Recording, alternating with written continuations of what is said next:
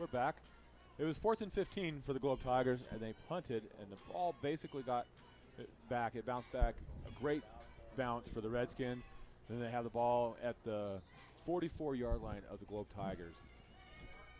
So the holding penalty was a few yards behind the line of scrimmage, pushing it back to 4th and 15. Now we have the Redskins with their second possession of the game. First possession, they went about 4 yards. Here we go, first and 10 Redskins. And then incomplete pass followed by a 4-yard loss. So they gain 0. Shotgun to James Thomas. Throws it just over the outstretched hands of number 80, Wes Scarborough. Just a little bit high. What'd you see there, Kale? Well, I saw that. Let me see. I think it was a nice throw by James Thomas, but just was a little bit too far, and that'll be the second down. It's like Wes Scarborough is coming now. Good job, Kale. 2nd and 10. We have James Thomas up under center. Hands the ball to the first guy through. They were in a single back formation, looks like. Afton Cox gets about 3 yards.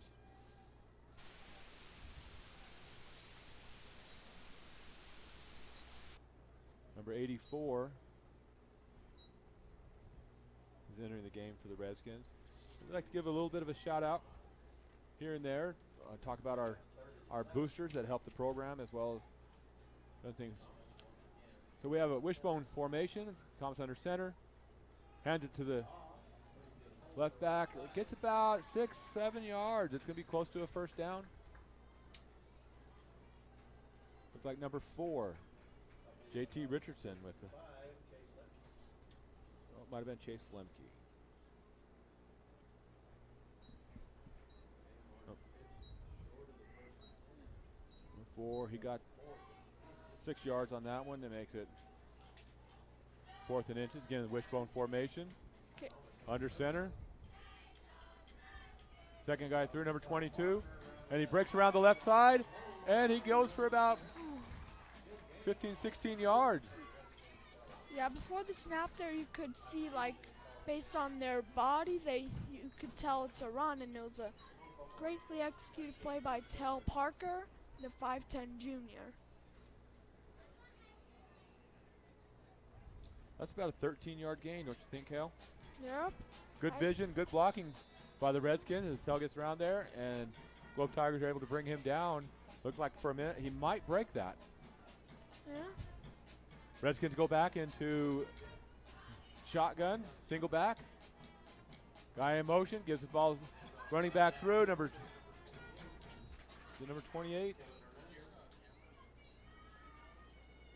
Looks like 28. Kevin Hernandez for about 8 yards. And that looked kind of like to be a triple option, because you could tell the receiver came around. And there are some ones where you can either pitch it to the receiver who's motioning, hand it off, or just take it yourself. And that looked like one of those instances where he just handed it off. Again, shotgun formation. Yep. A pitch to number 4. There's Looks like he's got blocking, and he's able to get around the end, and we have a touchdown, Redskins.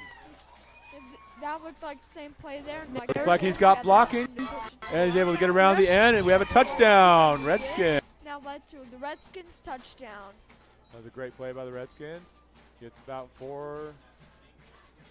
And believe it or not, this is actually the first point scored for their St. John's Redskins season.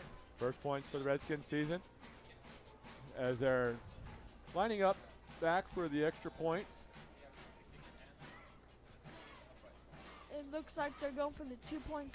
They're going to kick it, Cal. Oh, kick it. Number 55, is that Kyson Price? The block kick.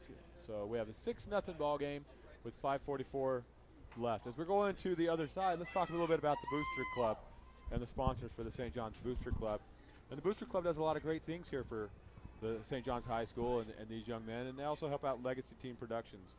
So we have Cedar Creek Stone, who's a sponsor, along with Platt Premium Beef, Rest Your Rump, Downtown Iron, Black Ridge Physical Therapy, MJ Roofing, Diamond Sea Feed, Nielsen Well Drilling, American Arrow Beef Company, Pioneer Title Agency, TEP, and who's this one right here, Kale?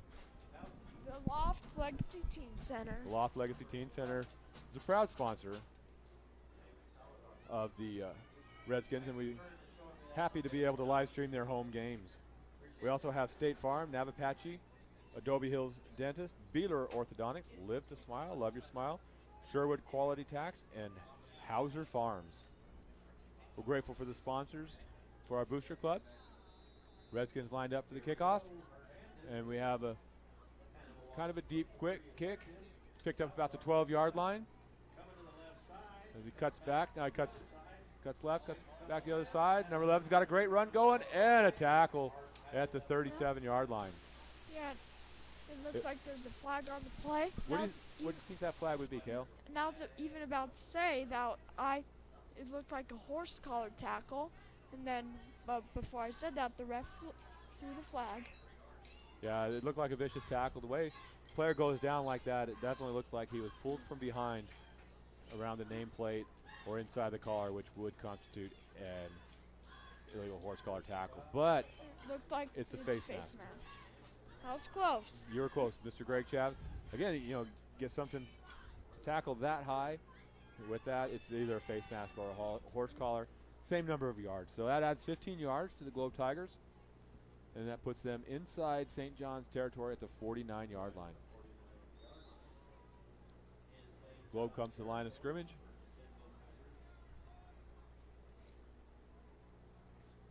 Again, they're in the shotgun formation.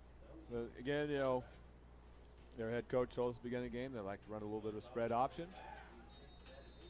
And the back is number 40 for the Globe Tigers is met almost immediately for about a 3-yard loss. The St. John's defensive line was able to get in there and get the loss for the Globe Tigers. And Globe, they had a tough opener, and as well as St. John's did. And both coaches and both teams are not indicative of the score that was there. They're better than that score.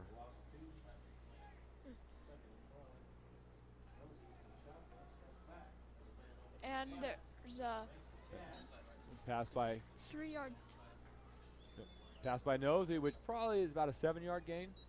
Brings it within 3rd and 7. Yeah, that looked to be like a little check down play, and then he took it for 4 extra yards, which leads to the 3rd down. Looks like 3rd and 7. The Tigers come to the line of scrimmage.